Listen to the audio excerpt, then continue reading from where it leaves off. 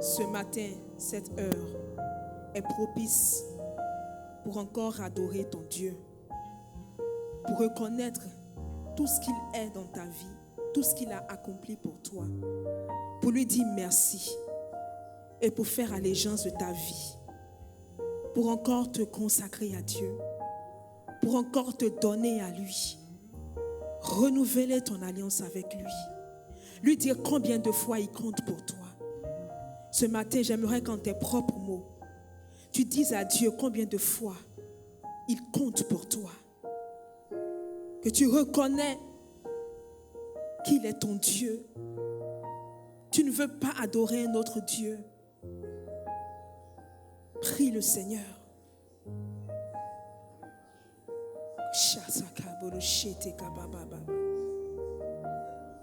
Ce matin, j'aimerais encore te dire que ma vie t'appartient. Oui, je reconnais, Seigneur, qu'en dehors de toi, il n'y a aucun autre Dieu. Pour le souffle de vie que tu me donnes, pour le souffle de vie que tu accordes à chacun d'entre nous. Oui, ce matin encore, je veux reconnaître ta Seigneurie. Merci pour tout ce que tu es. Merci pour qui tu es. Tu ne cesses de nous témoigner ta bonté. Tu ne cesses de nous témoigner ta fidélité. Comment ne pas t'adorer? Comment ne pas te remercier? Même pour les choses que nous n'avons pas vues, mais que nous savons que tu as accompli pour nous. Rien que le fait pour nous d'être vivants, de pouvoir poser des actions, nous mouvoir, parler, Seigneur, est la preuve de ta fidélité. Nous te rendons toute la gloire. Merci, Seigneur. Merci, Jésus. Ce matin encore, nous sommes là pour t'entendre nous parler. Je prie, ô Dieu, que ta parole soit révélée à chaque cœur. Que le Saint-Esprit vienne amplifier en nous la parole reçue. Qu'elle produise cette parole, ses fruits en nous. Car tu dis dans ta parole qu'elle ne retourne point à toi sans avoir accompli ce pourquoi elle est sortie. Je prie encore ce matin que la parole qui sera donnée, Seigneur, puisse atteindre ses buts, tes buts, Seigneur, dans les vies de chacun d'entre nous. Et qu'ainsi nous soyons des relais. Nous soyons en mesure de transmettre cette parole pour la seule gloire de ton nom. Béni sois-tu, Éternel, pour ta fidélité. Au nom puissant de Jésus. Amen. Est-ce que tu peux donner une offrande d'acclamation à ce grand Dieu, à ce Dieu si grand, à ce Dieu si bon, à ce Dieu si merveilleux, qui t'a tant aimé au point de se donner pour toi. Personne ne l'a fait avant et personne ne le fera après. Lui seul a pu le faire. Acclame véritablement ce Dieu si bon. Jésus, Jésus, Jésus. Merci Seigneur. Alléluia. Bien-aimés, je vous salue dans le beau et précieux nom de notre Seigneur Jésus-Christ. J'aimerais qu'ensemble, nous puissions aussi apprécier la grâce de Dieu qu'est le révérend Raoul Wafod dans nos vies. Ce canal puissant par lequel Dieu passe pour chaque jour nous apporter la nourriture dont nous avons besoin pour mûrir et pour évoluer. Et surtout rentrer aussi dans notre couloir, le couloir de notre appel. Merci Seigneur pour ton Fils, ton serviteur. Je vous prie de vous asseoir.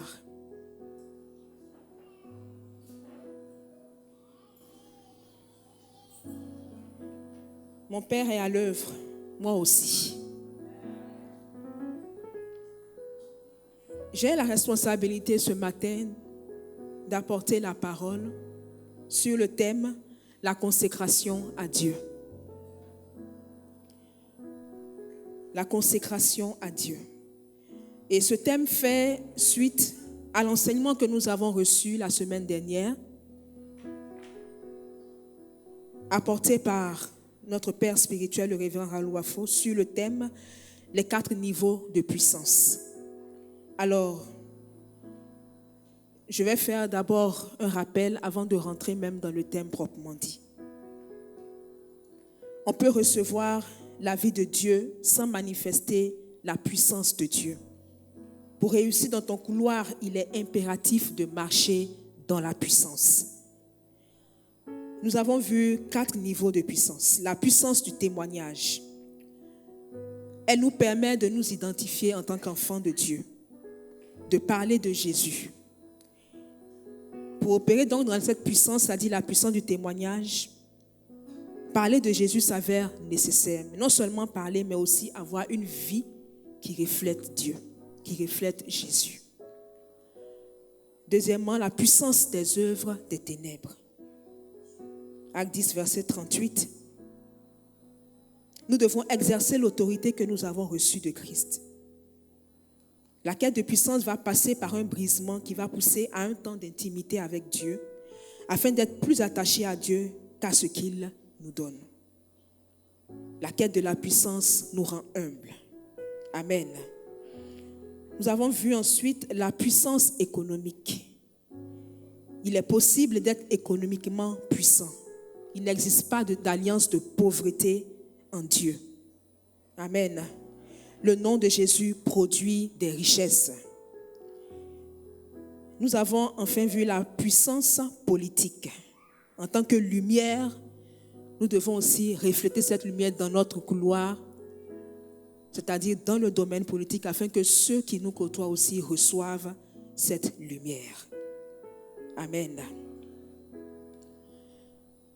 Psaume 68, le verset 28 ou 29 selon les versions. Ton Dieu ordonne que tu sois puissant. Affermis, ô Dieu, ce que tu as fait pour nous.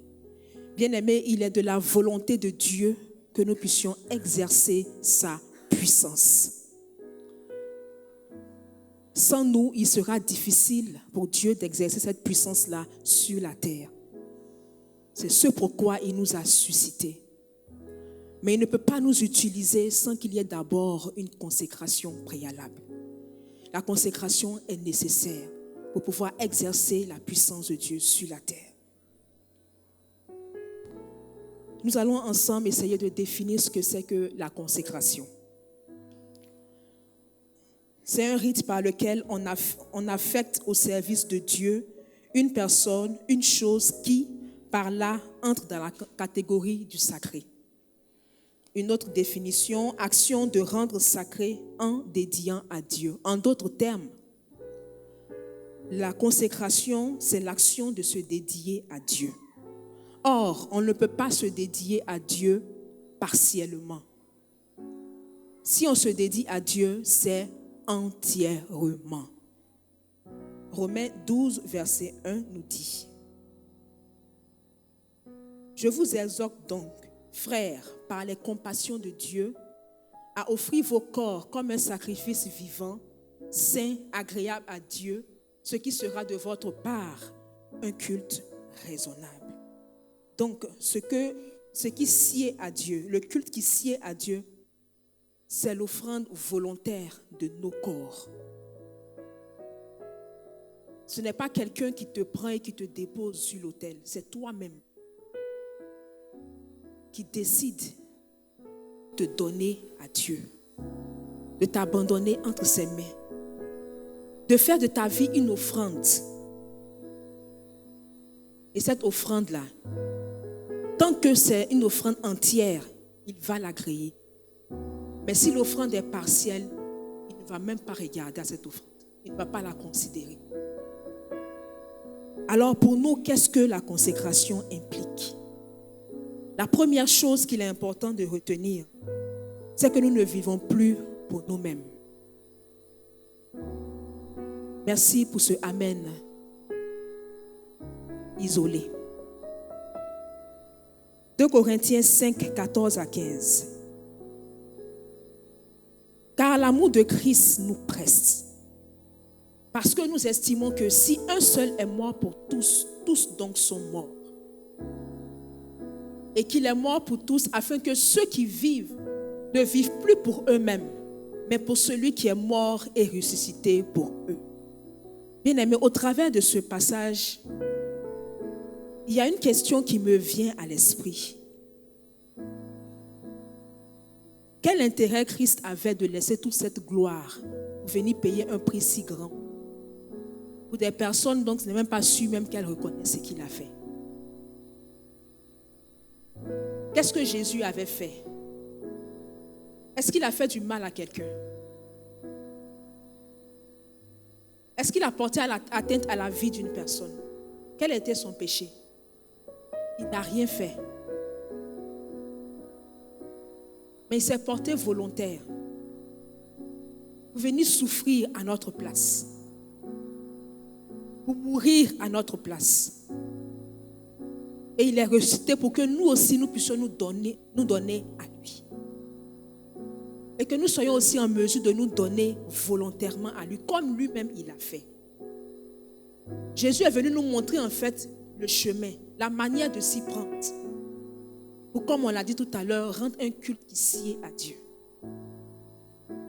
Si quelqu'un n'avait rien fait pour pouvoir payer un prix si grave, pour pouvoir être châtié, si on peut dire ça comme ça, qu'en est-il de nous qui n'avons pas eu à prier pour être sauvés?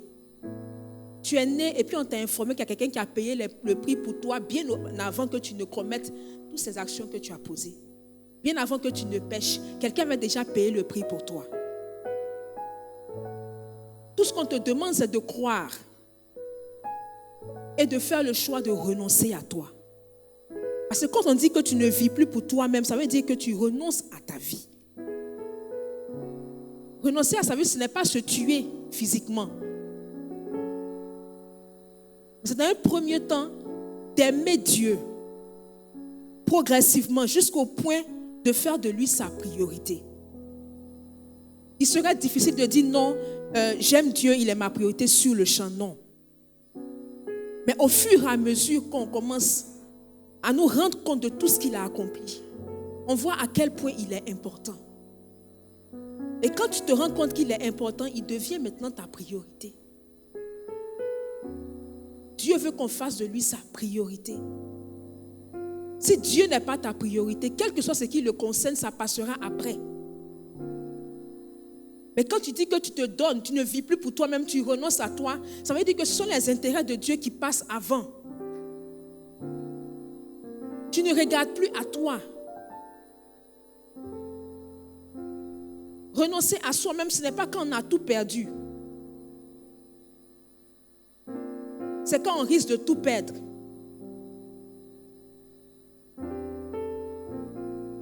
On est prêt à tout perdre. Tout ce à quoi on tient. Tout ce qu'on croit aimer. Tout ce à quoi on est accroché. Se rendre compte, comme Paul l'a dit, que ces honneurs, ces choses auxquelles on tient, c'est de la boue. Comparé à ce que Christ a accompli pour nous. Dieu devient quelque chose pour moi de plus précieux que le trésor. Parce que le trésor peut s'estomper, peut disparaître. Mais l'amour de Dieu, jamais. L'amour de Dieu a défié les temps et les circonstances. Raison pour laquelle nous sommes là aujourd'hui. Nous devons arriver à un degré d'amour pour Dieu où on ne sait même plus qui on est. Parce qu'on est perdu en lui. On lui donne la priorité en toutes choses. On embrasse ses intérêts. Quand on prie, on ne prie plus pour savoir, faire la liste de tous nos besoins. Mais on fait la liste, on dresse la liste de ses besoins. Et on s'efforce de les satisfaire. Quand tu aimes quelqu'un, tu as ses petits soins, n'est-ce pas? Tu veux t'assurer que la personne ne manque de rien. Quand tu aimes quelqu'un, Tu ne commences pas à exiger des choses de la personne, mais tu prends de ses nouvelles. Tu partages la vie de cette personne avec toi, avec la tienne. Tu ne regardes pas ce que toi tu peux tirer comme avantage. Parce que ton amour est désintéressé. Et la chose qui tient le plus au cœur de Dieu, c'est de récupérer ses enfants que Satan lui a volés. Donc il récupère une partie et puis il leur dit, allez chercher les autres. 2 Corinthiens 5, 17 à 20 nous dit, si quelqu'un est en Christ, il est une nouvelle créature. Les choses anciennes sont passées. Voici, toutes choses sont devenues nouvelles. Et tout cela vient de Dieu qui nous a réconciliés avec lui par Christ et qui nous a donné le ministère de la réconciliation. Donc, il a d'abord pris le soin de nous réconcilier avec Dieu d'abord. Tu ne peux pas être en palabre avec quelqu'un, puis tu vas chercher quelqu'un d'autre pour venir te réconcilier la personne, que toi-même tu es en palabre avec elle. Vous allez d'abord vous réconcilier, être en paix. Verset 20. Nous faisons donc les fonctions d'ambassadeurs pour Christ.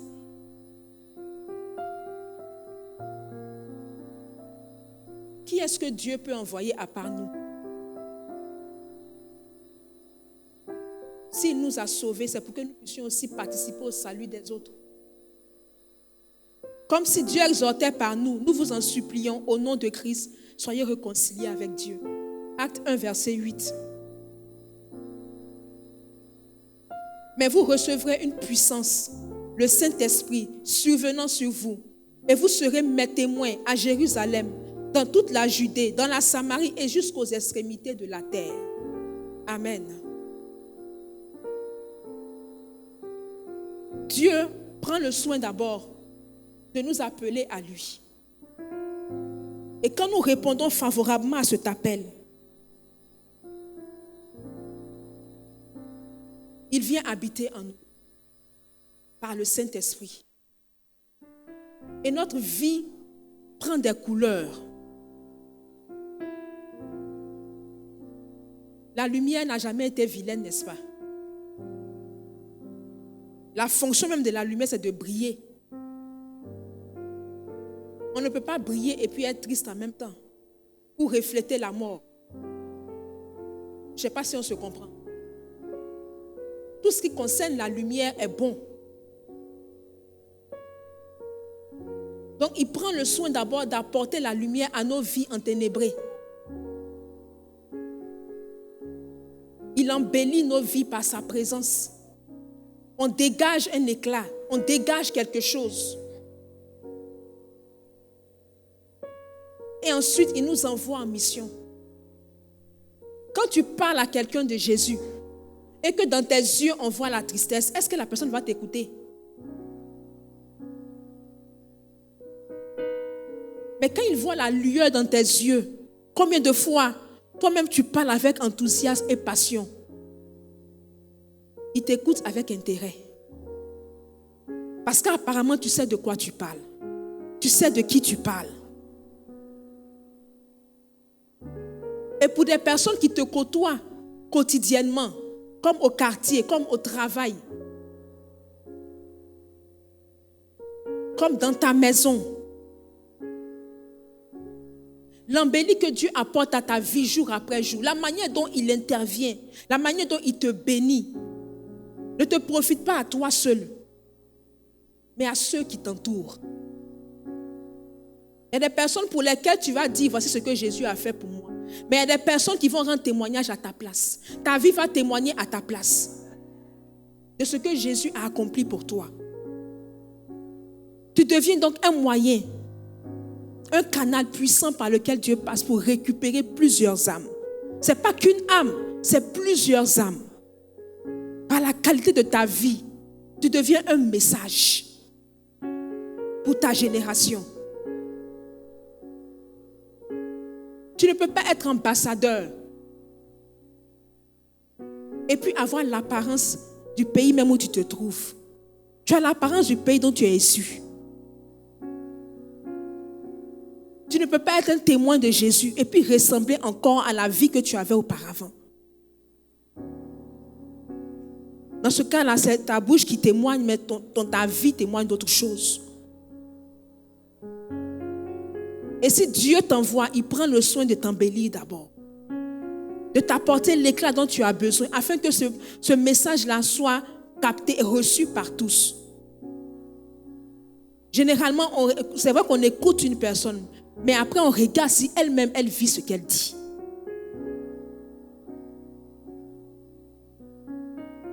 Donc voilà pourquoi il est important de comprendre que pour toi, recevoir Jésus, ça implique beaucoup de choses pour le ciel. Être consacré, ne plus vivre pour toi-même, ça implique beaucoup de choses parce que ça donne le temps à Dieu aussi de travailler en toi. S'il y a encore de la résistance, il devient difficile pour lui de faire quoi que ce soit dans ta vie. Mais comme on a dit, tu te dédies à lui. Donc tu deviens un instrument entre ses mains pour attirer encore le maximum. Parce que quand il te gagne à lui, ce n'est pas toi seulement qu'il regarde, mais c'est à tous ces milliers de personnes qui sont derrière toi. Voilà pourquoi est-ce que la Bible dit que au ciel, quand un pécheur se répand, au ciel c'est la joie pour un seul pécheur qui se répand. Tu ne vis plus pour toi-même. Tes intérêts passent après. Plus rien ne compte. Mais tu fais du salut des âmes ta priorité. Parce que tu sais que c'est ce qui plaît à Dieu. Il veut être réconcilié avec ses enfants. Dans ce passage de 2 Corinthiens 5, on va dire, je vous en supplie. Il veut être réconcilié avec ça. Ça lui tient à cœur. Quand quelque chose te tient à cœur et qu'on vient te parler d'un autre sujet, est-ce que tu arrives à écouter? Tu veux avoir des nouvelles sur la chose qui t'intéresse. Oui, mais ça, on dit quoi? Non, mais voilà, non, pas ça. Après, ça là, il faut me dire, on dit quoi?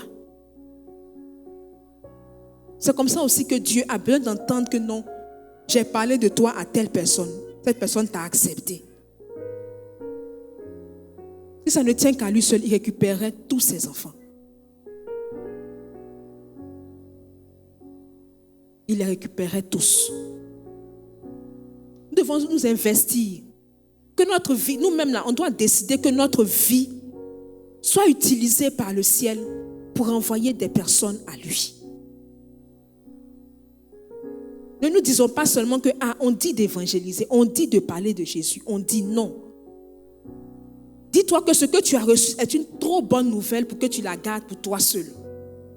D'autres personnes ont besoin de l'entendre. Depuis quand on cache bonne nouvelle, même si on cache, à un moment donné, ça finit par sortir. Tu reflètes toi-même la bonne nouvelle. Donc même quand on te regarde, on dit, mon frère, qu'est-ce qui s'est passé dans ta vie? Où tu partais là, il ne te voit plus là-bas. Comment tu as fait? Attends, qu'est-ce qui s'est passé? Parce que moi, je sais que tu fumais avant. Que tu alignais les bouteilles. Tu ne peux pas laisser une go passer sans l'appeler. Maintenant, là, tu es là, tu ne regardes pas, tu chantes. Qu'est-ce qui s'est passé?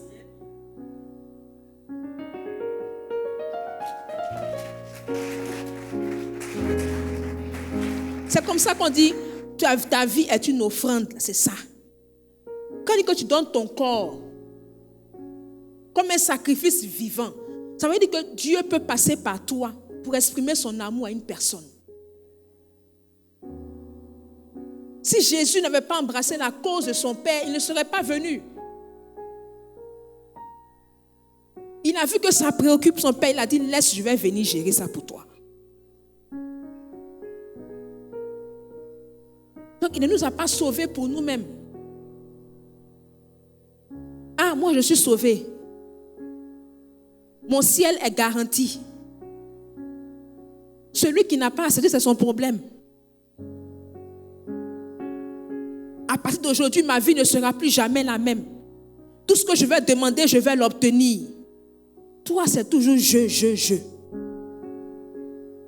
Pourtant, toi aussi, tu es dans les ténèbres et puis quelqu'un est venu te parler de lui. S'il avait gardé la nouvelle pour lui, toi, tu allais faire comment? Quand Jésus a dit allez partout, c'est parce qu'ils ont ouvert la bouche, qu'ils ont parlé, qu'on a entendu la nouvelle. Quand ça arrive à ton tour de transmettre, tu dis ça sur ce plan-là, celui qui ne veut pas, c'est son problème. Mais quand tu vas devant Dieu, c'est pour exposer toutes tes doléances. C'est long comme ça jusqu'à ça traîne à terre. Quand il te dit, mon fils, je t'envoie, tu dis, attends Seigneur, tu sais, je ne suis pas dans toutes les conditions, tu vois, non? Pour aller devant ces personnes. Parce que quand même, si je dois parler de toi, je dois quand même être en voiture, tu comprends? Même si je suis à pied, que je transpire, mais il ne faut pas me prendre au sérieux. Le vrai témoin, c'est celui qui est intérieur et qui se reflète à l'extérieur. Le reste va suivre. Il faut arrêter de poser des conditions à Dieu pour faire ce à quoi il t'appelle. Il faut arrêter de poser des conditions à Dieu pour faire ce à quoi il t'appelle. Si tu as vraiment compris que Jésus est mort et ressuscité pour toi et que lui-même là, il n'a pas demandé conditions d'abord avant de venir faire. Tu n'as pas besoin de te poser des conditions aussi à Dieu pour aller chercher ses enfants pour venir. Parce que toi aussi, tu as été sauvé gratuitement. Tu as reçu gratuitement, donne gratuitement. Dédie ta vie. Fais de cela ta cause unique. Au point où même quand Dieu te visite avec ta voiture, effectivement, ça devient un moyen d'évangélisation. Quand on voit ta maison, au lieu de prendre pour faire crémaillère, il faut transformer ça en évangélisation. C'est-à-dire tu invites et puis tu rends témoignage. Tu leur donnes à manger puis tu expliques ce que Jésus a fait pour toi. Là, ils regardent la maison même là, c'est authentique, c'est vrai, c'est pas mensonge. Dieu l'a vraiment fait. Ah donc Dieu peut faire ça pour quelqu'un? Je dis oui. S'il a fait pour moi, c'est qu'il peut faire ça pour toi.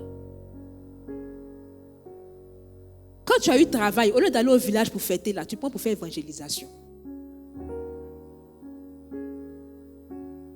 Tu ne sonnes pas de la trompette avec tes nouvelles voitures, non. Mais tu brandis, voici ce que Jésus peut faire à ses enfants. Viens à lui, il te donnera plus que ça. Tout doit être un moyen de récupérer les enfants de Dieu. Absolument tout. Même si t'arrive quelque chose de dommageable et qu'on vient te dire, ah mais est-ce que ton Dieu, tu dis, regarde, je suis encore en vie. Est-ce que ce Dieu-là n'est pas bon? Ton attitude va devenir une évangélisation pour quelqu'un. Quand on va regarder, on va dire, même dans ça encore, cette personne-là est fidèle à Dieu. Voilà le type de consécration que Dieu nous demande. Pour notre vie, quand on dit qu'on est mort en nos intérêts, on ne va pas encore aller chercher la dépouille mortelle pour demander résurrection. Si tu es mort en toi, reste mort en toi en même temps. Et puis que la vie de Christ vienne en toi. Parce que tu ne meurs pas pour mourir, tu meurs pour vivre. Tu vis la vie de Dieu. On ne peut pas avoir deux vies et puis on mène ça comme ça. Comment tu vas faire ça? C'est comme si tu marchais avec deux têtes.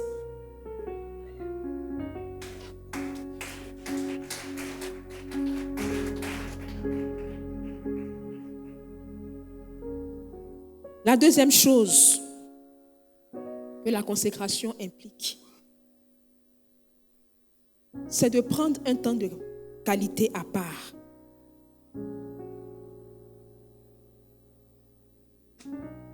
Passer du temps dans la présence de Dieu. Prendre le temps de lire et de méditer la parole. Josué 1, verset 8 dit que ce livre de la loi ne s'éloigne point de ta bouche. Médite-le jour et nuit pour agir fidèlement selon tout ce qui est écrit, car c'est alors que tu auras du succès dans tes entreprises. C'est alors que tu réussiras. La prière. 1 Thessaloniciens 5, verset 17. Priez sans cesse. Le jeûne. Matthieu 6, verset 16 à 18.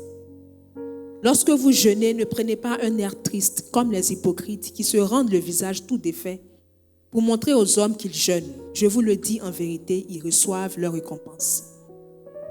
Mais quand tu jeûnes, parfume ta tête et lave ton visage, afin de ne pas montrer aux hommes que tu jeûnes, mais à ton Père qui est là dans le lieu secret. Et ton Père qui voit dans le secret te le rendra. Amen. Quand nous prenons le temps de lire la Bible, de méditer la parole, de prier, de jeûner, c'est en fait un espace qui est donné à Dieu au quotidien. Nous avons beaucoup de choses à faire. Beaucoup de choses. Mais Dieu ne va pas te prendre, te tirer pour amener ta présence si toi-même tu ne le veux pas. C'est toi qui dois trouver un espace, consacrer un temps bien précis à Dieu pour le rencontrer. À l'image d'un homme et de sa femme, ils peuvent avoir beaucoup de choses à faire. Les contraintes du travail vont faire qu'on ne va pas se voir peut-être toute la journée. Peut-être même on voit plus les collègues que le conjoint. Mais en réalité, le travail ne peut t'avilir que lorsque tu le laisses t'avilir. Quel que soit ce que tu as à faire, tu peux trouver le temps d'échanger avec ton conjoint. Pour que votre amour ne soit pas complètement noyé dans le flot du quotidien. De la même façon, toute l'énergie dont tu as besoin pour remporter les victoires, tu la puises dans la présence de Dieu. Mais si tu ne le rencontres pas, comment tu fais pour avoir cette énergie? Comment tu fais? Si tu as besoin de connaître ses besoins. Oui. Mais sans prière, sans prendre le temps de méditer la parole, comment tu fais pour savoir ce qu'il veut? Où il veut que tu ailles? Qu'est-ce qu'il veut que tu fasses? On va ensemble lire un passage, Jean chapitre 4, où il est question de la femme samaritaine, de l'échange entre Jésus et la femme samaritaine. Jean chapitre 4, verset 4. Comme il fallait qu'il passât par la Samarie, il arriva dans une ville de Samarie nommée Sichar, parle de Jésus, près du champ que Jacob avait donné à Joseph son fils. Là se trouvait le puits de Jacob. Jésus, fatigué du voyage, était assis au bord du puits. C'était environ la 6e heure. Il faut préciser qu'il était fatigué du voyage. Généralement, quand on est fatigué, parfois aussi on est un peu las, on est fatigué, on est un peu nerveux. Quand on est trop fatigué, il arrive pour certaines personnes qu'on soit un peu nerveux. Donc, quand c'est comme ça, tu n'as envie de rien. Ni de parler, quoi que ce soit, rien. Tu veux manger, boire de l'eau, te reposer et puis ensuite continuer ta route. Une femme de Samarie vint puiser de l'eau. Jésus lui dit, donne-moi à boire. Car ses disciples étaient allés à la ville pour acheter des vivres. La femme samaritaine lui dit, comment toi, qui es juif, me demandes-tu à boire, à moi qui suis une femme samaritaine? Les Juifs, en effet, n'ont pas de relation avec les Samaritains. Jésus lui répondit, si tu connaissais le don de Dieu et qui est celui qui te dit, donne-moi à boire, tu l'aurais toi-même demandé à boire et il t'aurait donné de l'eau vive. Là, il commence à attirer l'attention de la dame. Seigneur, lui dit la femme, tu n'as rien pour puiser et le puits est profond. D'où aurais-tu donc cette eau vive? Ça veut dire que Jésus savait très bien ce qu'il disait. Es-tu plus grand que notre père Jacob qui nous a donné ce puits et qui en a bu lui-même ainsi que ses fils et ses troupeaux? Jésus lui répondit, quiconque boit de cette eau aura encore soif. Ce qui est bien dans l'affaire, c'est comme les femmes aiment causer. Ça tombait bien. Grâce à cela, on a pu progresser jusqu'à ce qu'elles puissent aller appeler d'autres personnes à venir aussi écouter le même message. Jésus lui répondit, quiconque boit de cette eau aura encore soif. Mais celui qui boira de l'eau que je lui donnerai n'aura jamais soif. Et l'eau que je lui donnerai deviendra en lui une source d'eau qui jaillira jusque dans la vie éternelle. La femme lui dit, Seigneur, donne-moi cette eau, afin que je n'ai plus soif et que je ne vienne plus puiser ici. Va, lui dit Jésus, appelle ton mari et viens ici. La femme répondit, je n'ai point de mari. Jésus lui dit, tu as eu raison de dire, je n'ai point de mari. Car tu as eu 5 maris et celui que tu as maintenant n'est pas ton mari. En cela, tu as dit vrai. Seigneur, lui dit la femme, je vois que tu es prophète. Nos pères ont adoré cette montagne et vous dites, vous, que le lieu où il faut adorer est à Jérusalem. Ce n'est pas de ça il s'agit. On continue. Femme, lui dit Jésus, crois-moi, l'heure vient où ce ne sera ni sur cette montagne, ni à Jérusalem que vous adorerez le Père. Vous adorez ce que vous ne connaissez pas. Nous adorons ce que nous connaissons, car le salut vient des Juifs. Mais l'heure vient, et elle est déjà venue, où les vrais adorateurs adoreront le Père en esprit et en vérité, car ce sont là les adorateurs que le Père demande. Dieu est esprit, et il faut que ceux qui l'adorent en esprit et en vérité. La femme lui dit, je sais que le Messie doit venir, celui qu'on appelle Christ. Quand il sera venu, il vous annoncera toutes choses. Il nous annoncera toutes choses. Jésus lui dit, je le suis, moi qui te parle. Là-dessus, arrivèrent ses disciples qui furent étonnés de ce qu'il parlait avec une femme. Toutefois, aucun ne dit, que demandes-tu ou de quoi parles-tu avec elle? Alors la femme, ayant laissé sa cruche, s'en alla dans la ville et dit aux gens, venez voir un homme qui m'a dit tout ce que j'ai fait. Ne serait-ce point le Christ? Il sortit de la ville et il vint vers lui. Pendant ce temps, les disciples le pressaient de manger, disant, Rabbi, mange. On va s'arrêter là. Vous vous rendez compte qu'une seule femme a pu gagner toute une ville. Jésus s'est adressé à cette seule femme. Dans son état de fatigue, il savait ce qu'il avait à faire. Mais même fatigué, il était encore productif. Il ne peut pas avoir d'excuses pour gagner des âmes. Pour ne pas gagner des âmes. Si on nous dit que Jésus était fatigué, c'est qu'il était vraiment fatigué. N'oublions pas qu'à cette époque, il n'y avait pas de voiture. Donc tout le voyage, c'était généralement à pied.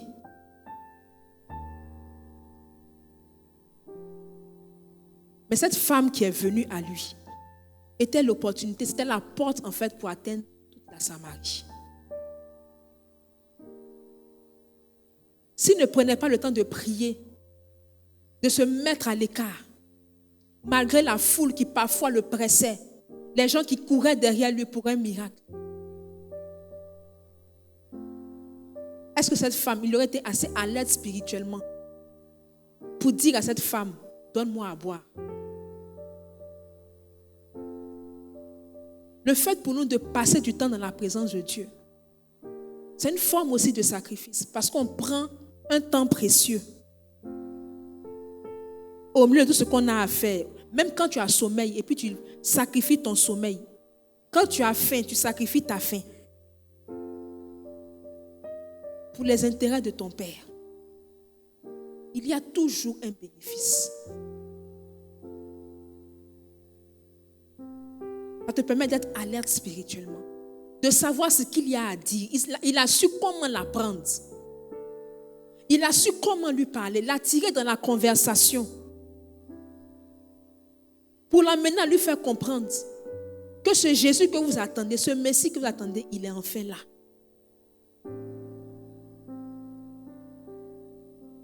Ce passage est riche parce qu'il nous permet nous-mêmes aussi d'apprendre comment gagner une âme. Ce sont des stratégies aussi qu'il a mis au point. pour attirer l'attention de la dame. Tout ce qu'il a dit, il ne l'a pas dit en dehors de lui-même. C'était son témoignage personnel. Tu ne peux pas aller vers quelqu'un, lui parler de Jésus et puis dire, il paraît que. Excuse-moi, mais ce n'est pas une histoire que tu racontes à ton enfant pour dormir. Ce que tu expliques doit être accompagné de toi-même ta vie. De ce que tu as expérimenté. Tu vends un produit, tu n'as jamais testé, puis tu dis, il faut payer.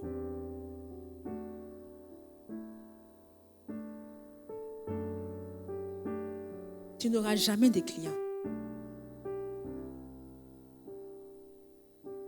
Parce que le client va vouloir d'abord que toi-même, tu puisses rendre témoignage de ce que toi-même tu es en train de vendre. Non, j'ai utilisé, ça marche. Ou encore un homme qui va vendre produits cosmétiques.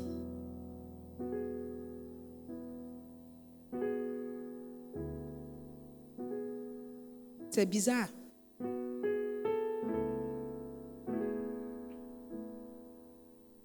Donc, ça veut dire que ce que tu t'en vas expliquer ne doit pas être détaché de toi-même, ta personne.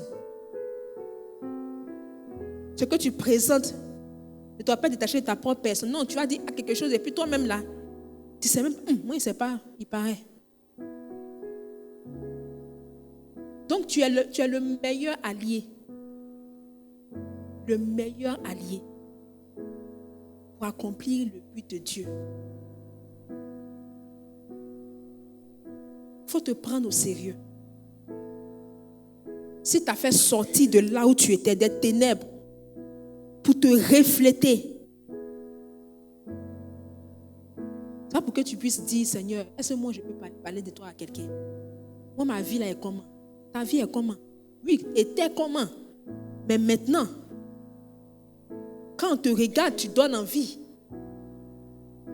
Est-ce que tu n'as jamais expérimenté cela? Pendant que tu es en train de te plaindre de ton sort, de regarder toi-même ta vie, de dire, moi-même là, je n'ai même pas ceci, je n'ai même pas cela. Peut-être quelque part, quelqu'un est en train de regarder pour dire, si je pouvais avoir ce qu'elle a. Ça vous est déjà arrivé, non? Quelqu'un vient te dire, vraiment, je t'envie. Tu dis, qui, moi? Tu regardes derrière, même pour voir, ce n'est pas de ton voisin, on parle. Et tu te dis, non, moi, je n'ai pas ce qu'il faut. Qui t'a dit ça?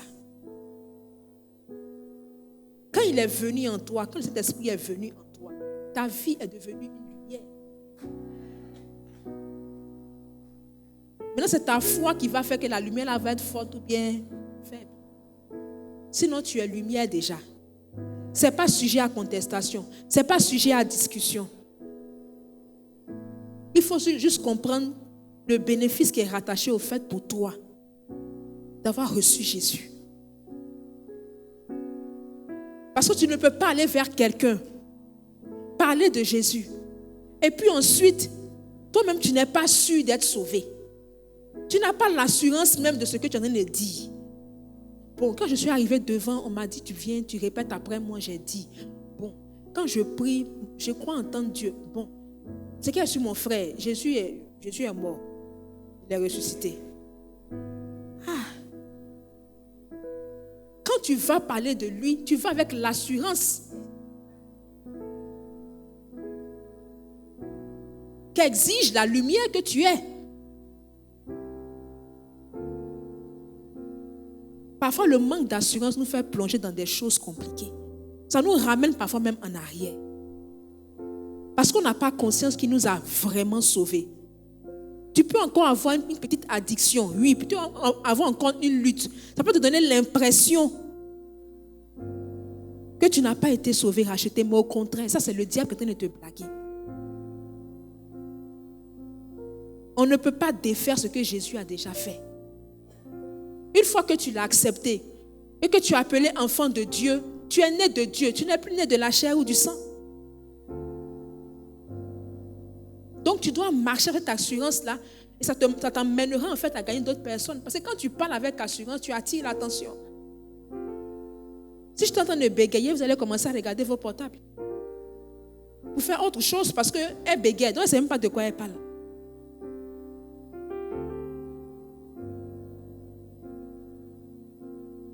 Nous avons besoin de gagner en assurance dans notre marche.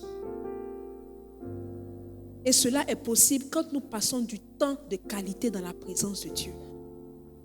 Tu ne peux pas dire que tu as prié lundi et puis ça va suffire jusqu'au vendredi.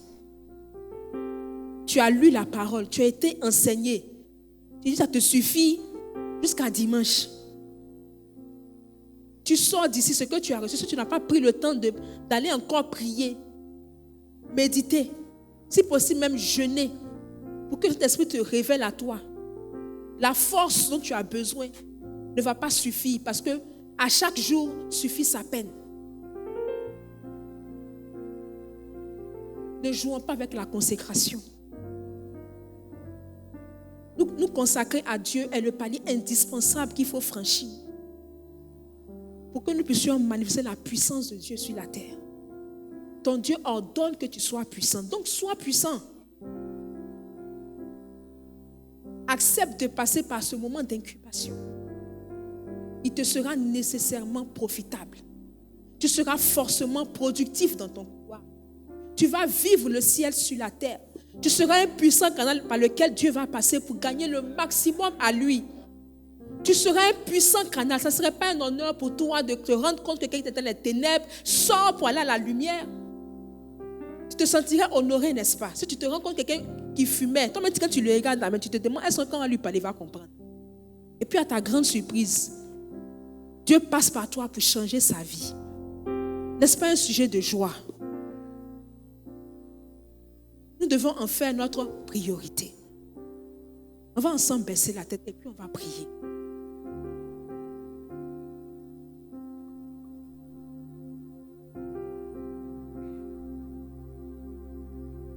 En tes propres mots, tu vas dire merci à Dieu.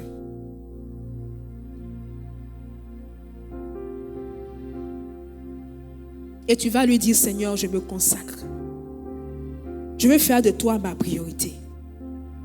Je fais le choix de ne plus vivre pour moi. Tu m'as appelé à toi. J'ai accepté. J'ai répondu favorablement à cet appel. Je veux moi aussi être un canal par lequel tu vas passer pour appeler d'autres personnes. J'accepte cette mission, ce ministère de réconciliation. Cette mission en tant qu'ambassadrice. D'être témoin.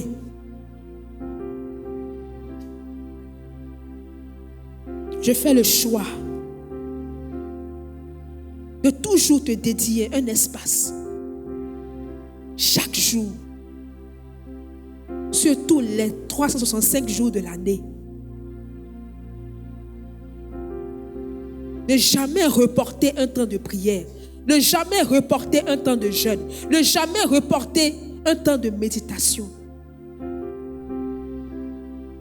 Mais être un instrument puissant entre tes mains. Ma vie sera une offrande.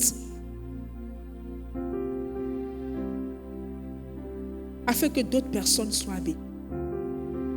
Que toutes les choses que tu vas accomplir dans ma vie, que tu as déjà faites, soient un moyen par lequel tu vas passer pour gagner encore d'autres personnes à toi. Je m'offre à toi ce matin comme un puissant canal pour l'accomplissement de tes desseins. Que ton nom soit glorifié, Seigneur. Merci Jésus. À toi la gloire, l'honneur et la magnificence. Au nom de Jésus. Amen. J'aimerais lancer un appel. Tu es ici, tu n'as pas encore fait la paix avec Jésus. Tu ne l'as pas encore rencontré. Tu as été touché par la parole.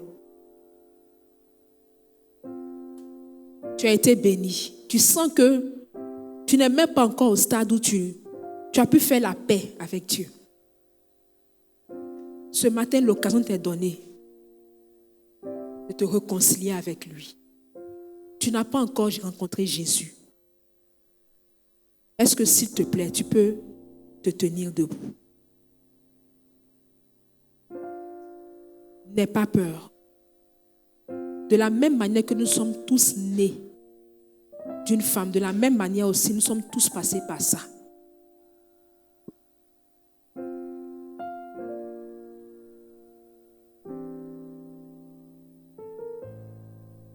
Est-ce que il y a quelqu'un parmi nous qui veut donner sa vie à Jésus?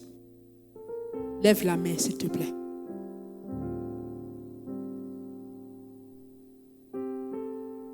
On acclame le Seigneur. Nous avons tous donné notre vie à Jésus. Pour toi qui nous suis en direct, tu veux donner ta vie à Jésus. Tu vas répéter après moi: Seigneur Jésus, ce matin, j'ai entendu ta parole. Je fais le choix de renoncer à ma vie passée. Pardonne-moi toutes mes fautes, tous mes manquements, tous mes péchés. Que ton sang me lave, que ton sang me purifie. À partir d'aujourd'hui, je t'accepte comme mon Seigneur et mon Sauveur personnel. Je décide de marcher avec toi entièrement jusqu'au bout. À toi la gloire au nom de Jésus. Amen. Que Dieu vous bénisse richement.